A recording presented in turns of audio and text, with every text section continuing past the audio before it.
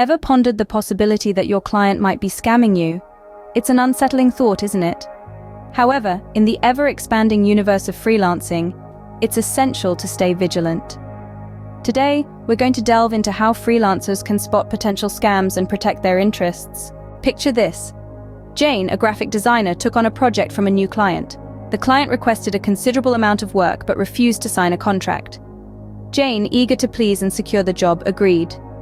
Fast forward a few weeks, the work is complete, but the payment is nowhere in sight.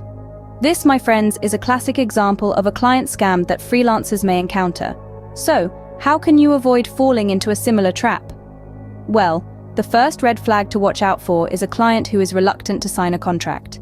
A contract is your safety net. It solidifies the terms and conditions of your work, including payment details. Without it, you're left vulnerable. Here's another real-life scenario.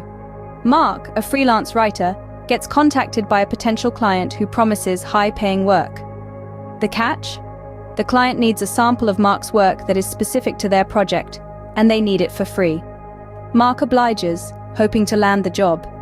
However, once the client receives the sample, they disappear, leaving Mark without payment for his work. This is another common scam known as free sample scam. To avoid this, never provide free work under the guise of a sample. It's perfectly okay to show potential clients your previous work, but creating new work specifically for them should come with a price tag. Now let's talk about Jake, a web developer. He's approached by a client who wants him to start on a project immediately with the promise of a hefty payment.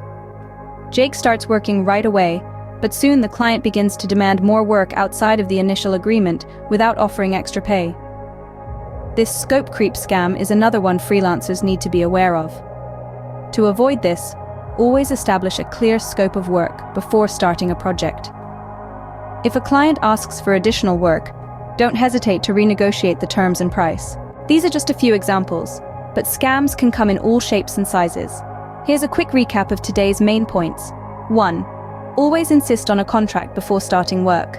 1. Never provide free work under the guise of a sample. 1. Establish a clear scope of work and be prepared to renegotiate if the client demands more. Remember, as a freelancer, your skills and time are valuable. Don't allow anyone to take advantage of your hard work. Stay sharp, stay vigilant, and most importantly, trust your instincts. If something seems too good to be true, it probably is.